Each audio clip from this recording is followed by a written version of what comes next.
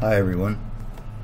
Today I'm going to show you something. Oh, it looks like we've got a good contingency of people from Earth here. Would you hold up your hands if you are? Yeah, good group. This is not from Earth.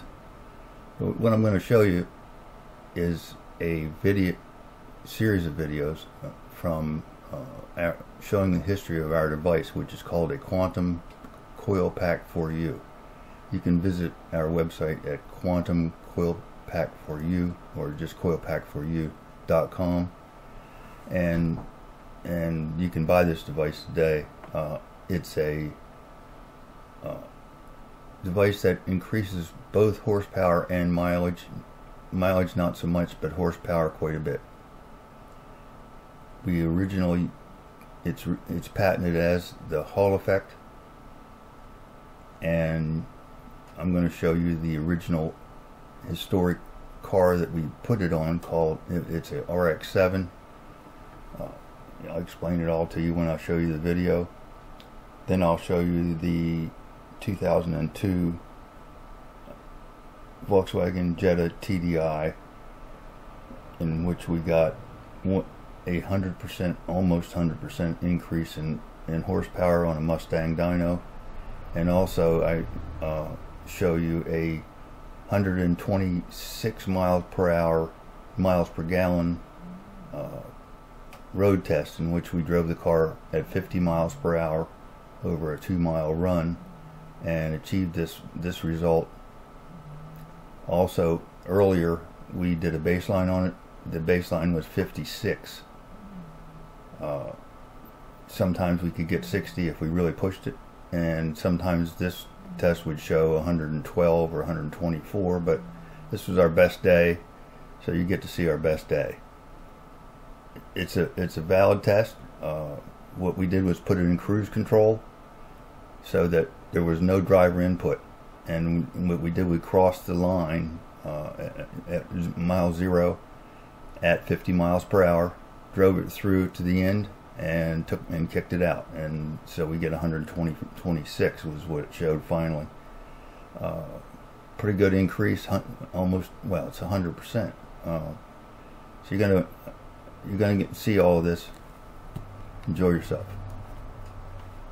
RX-7 carbureted version, last carbureted version made before they went to fuel injection, and that's the reason we got it. It has 45,000 miles on it, and it mostly just sits nowadays, but I drove it daily for about a year, and we've had it about 4 years now.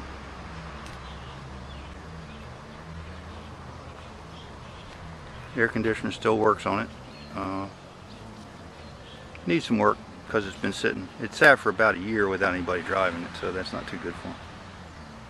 Okay, that's the choke position on this. I just wanted you to see the shims that we put in it, and you can see the mini shims that we used to regulate it so that it's exactly right. And this car goes down the highway at 80 miles an hour with the carburetor, with the choke in that position. So it's fairly hard to believe if you understand how this works.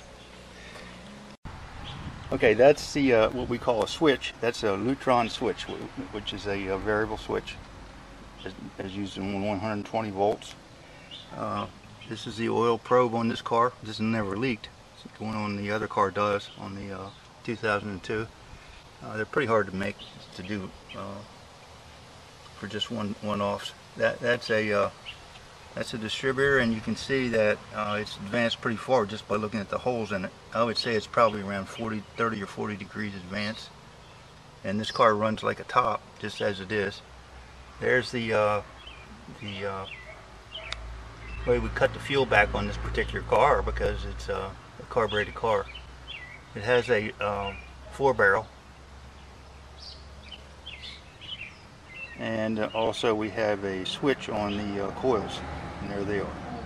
That's the only modifications on the car. This car has 100 horsepower from the factory, and I would say it's probably got 50 horsepower as it sits at the rear wheels, without the Hall effect. With the Hall effect, I don't know what it's got, but the thing will spin the wheels easily, quite a bit more than stock. And as far as miles per gallon, on the trip out there, this thing would get 19 or 20 max highway miles per gallon. We got 23. Return trip, we got 23. So we drove it to Columbus, Ohio, Ohio State's test, their test facility.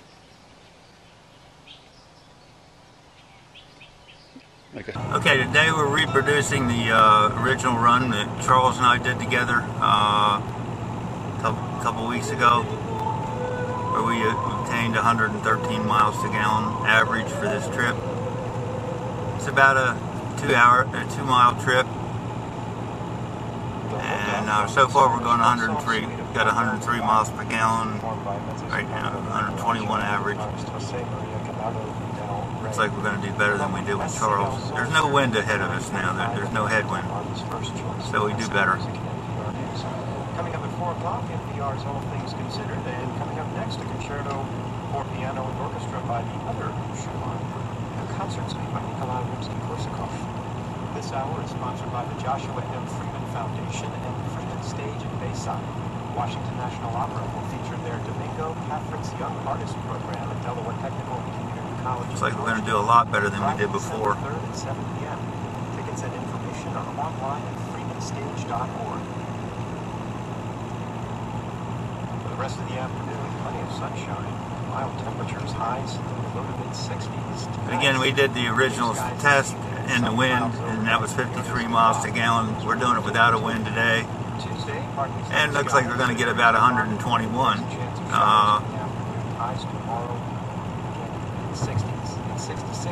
We went down this hill and we shut it off right about here, so you got to see what we got. Okay, you might ask, what's the difference between what I've shown you and what we sell?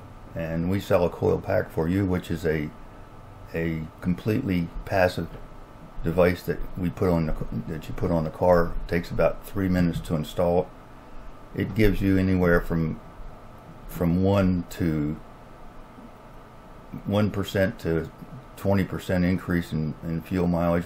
I'm not going to guarantee anything, but that's what we've seen.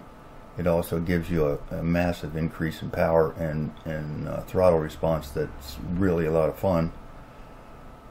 But we don't sell at least currently, we don't sell a fuel cutting device that you can use with a computer. When you start messing with computers, especially on Volkswagens, which have a very sensitive computer, you can get into the kind of problems that we found with the 2011 and another test that we show you, the gold car we call it, which was a Volkswagen Sportswagen, a Volkswagen Sportswagen Jetta, and that car was having shift problems with the transmission, things like that.